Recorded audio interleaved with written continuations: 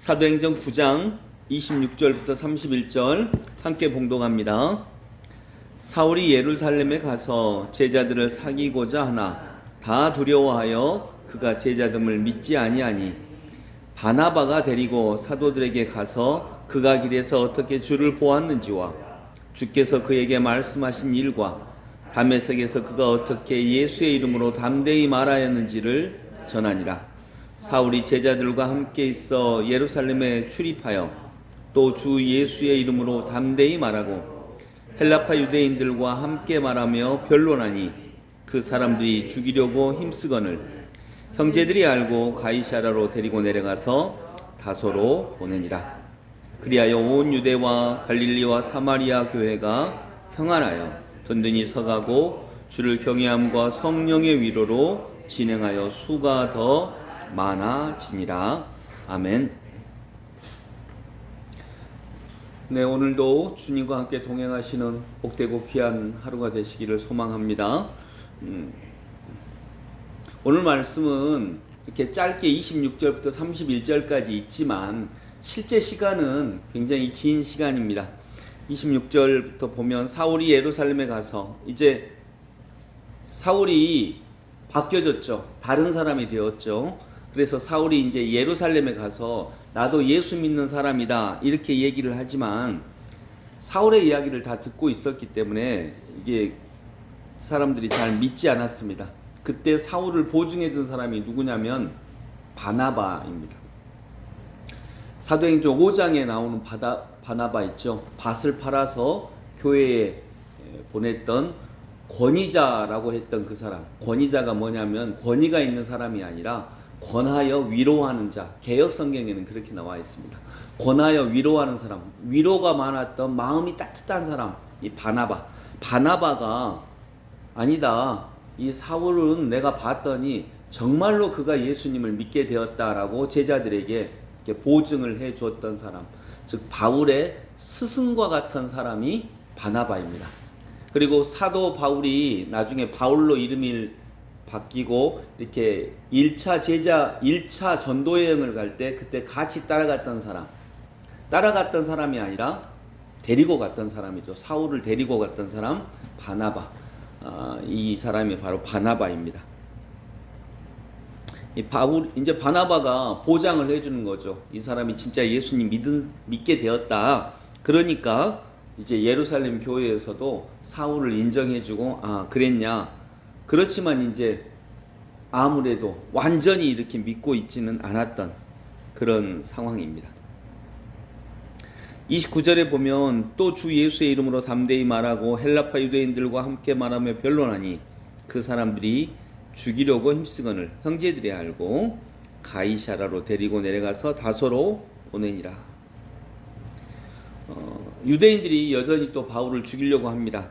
그래서 이제 바울을 사랑하는 사람들이, 아직까지는 사울이었는데 사울을 사랑하는 사람들이 이제 사울을 안전한 곳으로 데리고 가서 다소로 결국 보냅니다. 다소가 어딜까요?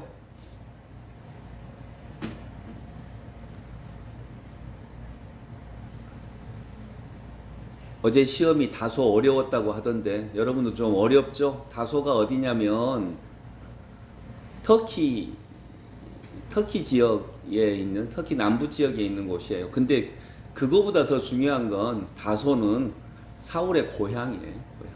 사울이 태어난 곳, 그러니까 고향으로 간 거예요.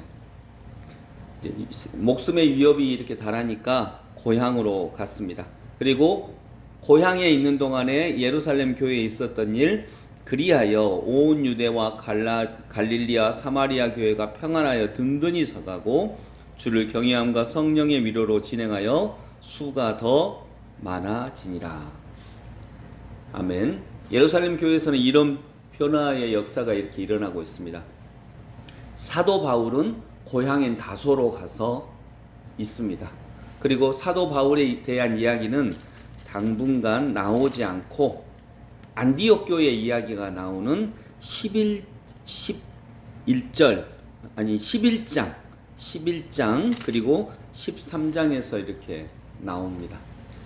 퀴즈를 하나 내면 다소, 즉 고향에서 사도 바울은 몇 년 있었을까요? 고향을 떠나기까지. 고향을 떠난 다음에 우리가 말하는 본격적인 바울의 이야기가 시작이 됩니다. 사도행전에서는. 그럼 고향에 어느 정도나 있었을까요?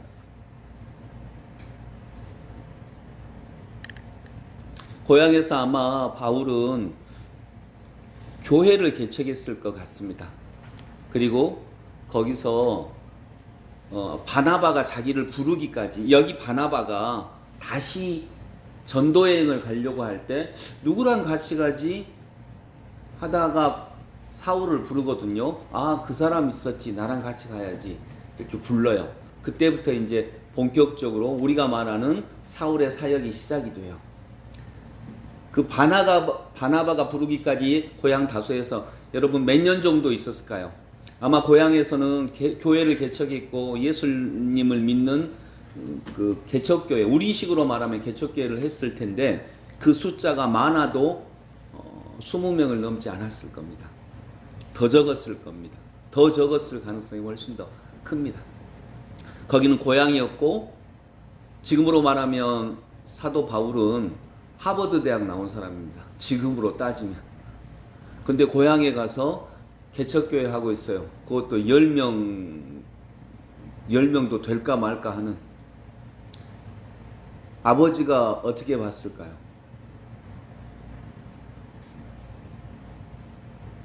아버지가 이러지 않았을까요?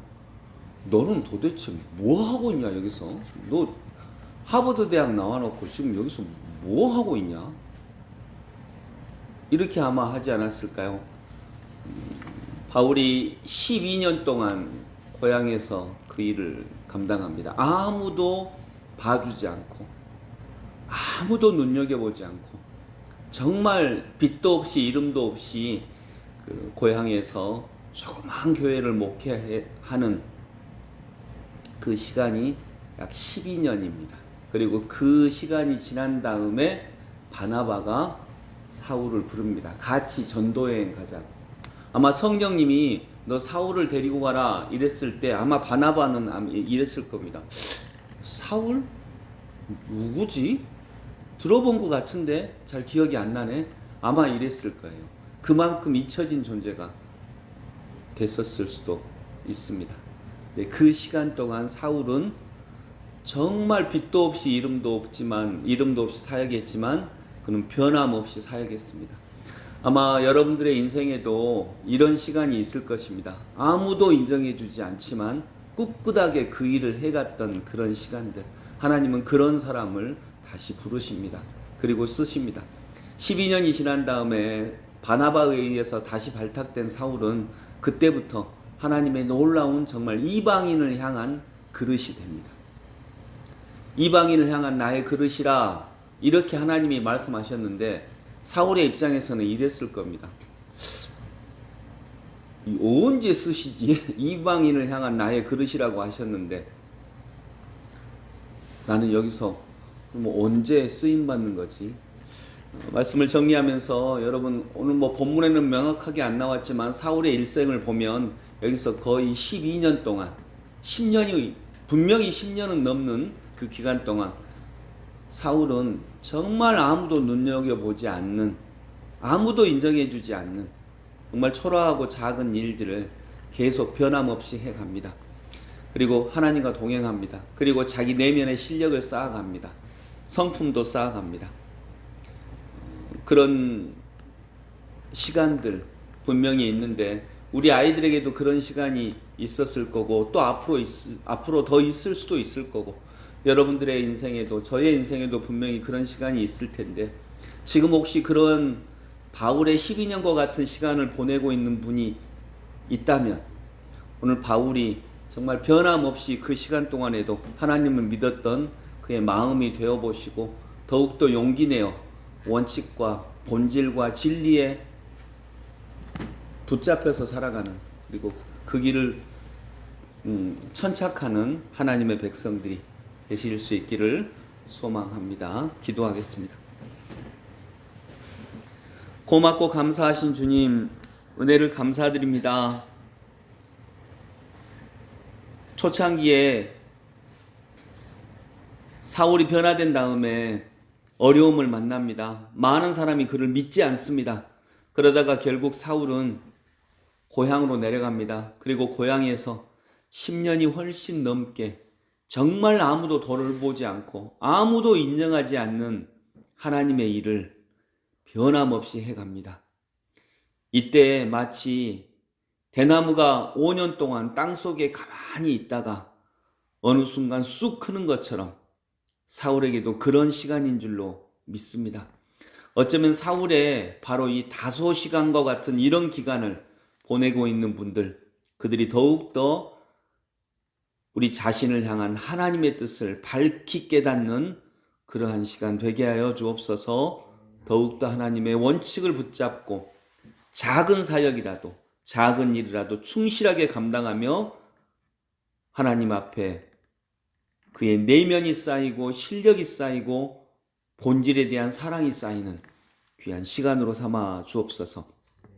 언젠가는 하나님께서 사울을 바울로 변화시키고 쓰셨던 것처럼 그러한 분들에게 동일하게 역사하여 주실 줄 믿습니다. 우리 자녀들에게도 그런 시간이 있었다면 그렇게 축복하여 주옵소서. 예수 그리스도 이름으로 기도드립니다. 아멘.